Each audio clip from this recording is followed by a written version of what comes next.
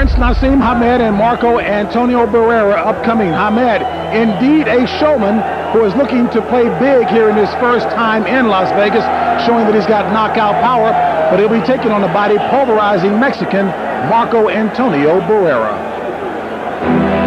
Prince Naseem Hamed, Marco Antonio Barrera, in one of the most anticipated featherweight showdowns. The cocky Hamed has long bragged he is the best, while adding his brand of Nazmataz to his undefeated act. He's not being everybody's cup of tea. Barrera's trademark is ring relentlessness. The Mexican warrior quietly has taken on the top contenders. Vicious combination by Barrera. Naz's flash may be wearing thin. Nonetheless, the three-time champ's punching power is one thing detractors do take seriously. There's the power you were talking about. Barrera's the more battle-tested, with last year's give-and-take war against Eric Morales bolstering his reputation. Early assault from the Mexico City star. It's time for Hamed to live up to his own hype. Will the Prince be king of the division or exposed as a ring jester?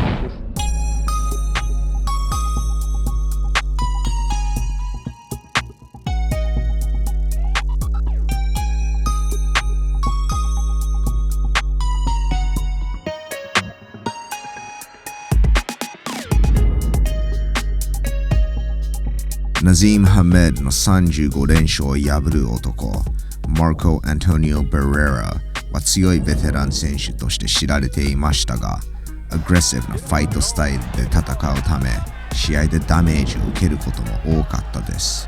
ボクシングエキスパートたちは、バレラはもう55回もリングに上がってきたし、彼のピークは過ぎたと考えていました。There was a poll of boxing writers here in Vegas.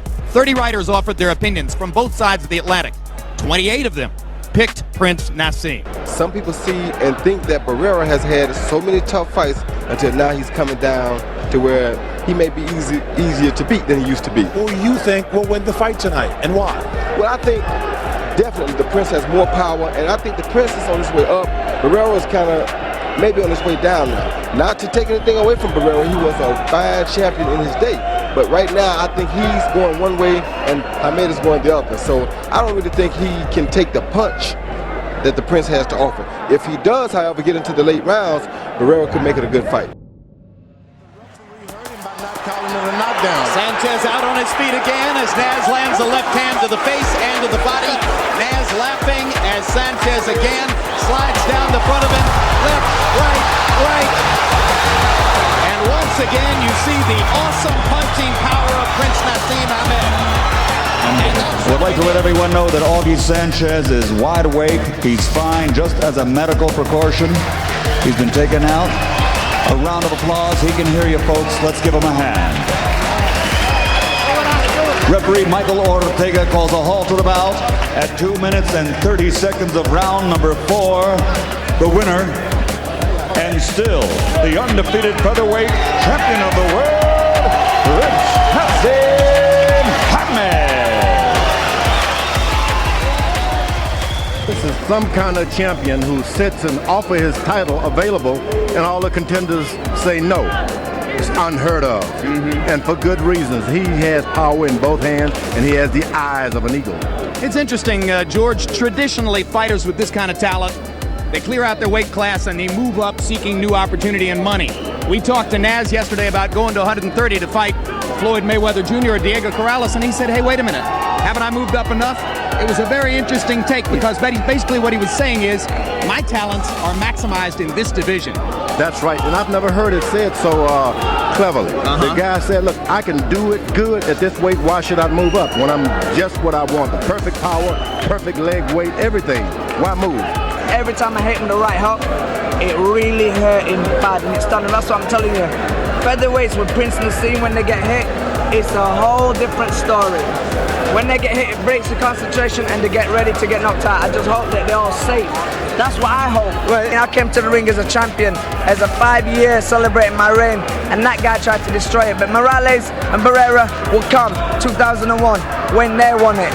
And when they want it, they'll get knocked out, because I want it now. 若いチャンピオンの連勝が続くと期待していましたが、試合に向けてのナジーム・ハメドはベストコンディションではなかったのです。前回の試合で手を骨折したナジーム・ハメドは長い期間練習とダイエットから休んでしまい、バレラ戦に向けてトレーニングを再開するときには体重はフェザー級リミットより15キロオーバーでした。体重を落とすことに集中するために厳しいダイエットを取り入れましたが、そのためにナジーム・ハメドのパワーとジムパフォーマンスは落ちていき、試合3週間前のスパーリングを見たトレーナーエマニュエル・スチュワートは彼の動きやメンタルにも満足できませんでした。So Manny, are you happy with what you saw in there? Not really, no. I told him no, not today. Not today. Got to do a lot more work. His punch is too long, too wide. First day of boxing, it's okay. But we got to work from there. So he'll be better by the next week or two, but today was not that great. 試合に向けてトレーニングが始まる前からエマニュエル・スチュワートはハメドにバレラの試合を研究して対策を準備しろと指示をしていましたが、相手を舐めていたハメドは試合の研究をしていなかったのです。He had so much talent that in preparation for the Barrera fight, he just took Barrera lightly. And if Nez had trained with the same focus and the intensity he had early in his career, I believe he would have beat Barrera. I think his punching power, his elusiveness, instincts was just too much. But it was just a case of someone not being prepared for a fight mentally. The last fight that Barrera had, I had did the HBO broadcast on it. And after the fight, my fellow commentator Larry Merchant says, Emmanuel, Barrera looked very good. Said, the next fight will be with your boy, Hamed, how do you feel? I said, Larry, I was very impressed with him tonight. I said, we have our hands full. So I get back to camp and I talk to Nez. I say, what did you think of the fight? I found he didn't even watch the fight. And I had instructed HBO to send tapes of the fight. So when I spoke to him about a few days later, he still hadn't saw him, and I asked HBO, I called HBO, I said, did you send the tape? He says, yes, we sent it. So I said, where's the tape at? He says, I didn't get any tape. I say, I saw here that they said you received and signed. He went in the bedroom and got it out. I said, why come you guys haven't been looking at this? Because, he was with him like all the time. They were still showing tapes of him being knocked out by Junior Jones, 5 years ago. So this was the problem I had. I said, that's not the same fighter, Naz. They're showing you the worst. I want you to prepare for the best. And this is the way he's looking today, and he didn't want to see it. So that went all the way through the whole camp. 楽勝に勝てると考えていて、ハメドは厳しい戦いに挑むメンタルの準備ができていなかったことに加えて、彼のフィジカルも仕上がっておらず、計量数日前になってもまだ体重を落とすために厳しい努力をしなくてはなりませんでした。気温が高い部屋でサウナスーツを着用して動き、熱いお風呂に入り、計量の直前まで汗を出して、なんとかリミットまで体重を落とすことができたハメドは計量をパスしました。しかし、戦いが始まる前から体力をすべて使ってしまい、試合までに回復できない状態でした。And to be honest, I should have never taken that fight at that time because he was very, very active and fighting all the time. And I'd had 7 months out of the gym with a broken hand prior. And I turned up on the day that I got to training camp with my trainer, Oscar Suarez. I got on the scales in front of him and I was 2.5 stone. Wow. Overweight. I had 8 weeks to get 2.5 stone off. 8 weeks, gosh. And I'm going to tell you this. I kill myself and boil myself down because the only thing I had to do in my eyes was make the weight. And I'm going to tell you, when I started training camp, till the end of training camp, I still didn't make the weight. I got to Vegas a few days before the fight and I was wearing plastic suits like all the fighters know at the top and losing weight. There was the last so many pounds when I got to Vegas and I was in my hotel room, 5 in the morning, still training on a treadmill and shadow boxing in steam rooms, having the hottest baths that I could have on trying to just take off that extra 2 pounds. There was a point when I was laid in the bath and I couldn't even pick up my head. I was that tired, and I was thinking I was fighting the world's best the day after. Well, I had to make weight. I had to make weight.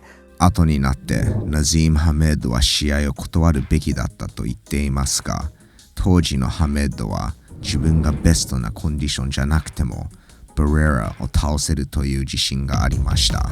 Prince, this is going to be a tough fight. Yeah, I mean, it seems to be a very, very tough fight on paper, but I'm very, very confident, cool, calm and collected that I will dispose of my opponent and take him out in style. This could be the toughest fight. This is your biggest fight. Do you ever think that you're too confident?